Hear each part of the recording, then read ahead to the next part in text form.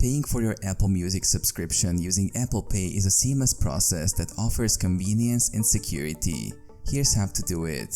Open Apple Music. Launch the Apple Music app on your iOS device. Navigate to Account Settings. Tap on your profile picture or initials in the top right corner of the app to access your account settings. View Apple ID. Scroll down and select View Apple ID.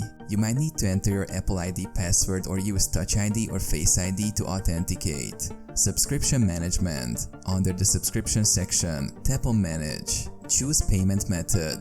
Tap Payment Information. Here you can update your payment method. Select Apple Pay. Choose Apple Pay as your payment method. Authorize payment. Authenticate the transaction using Touch ID, Face ID, or your device passcode.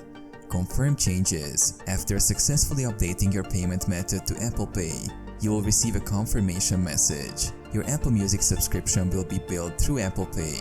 Payment confirmation. You should also receive an email receipt confirming the payment method change.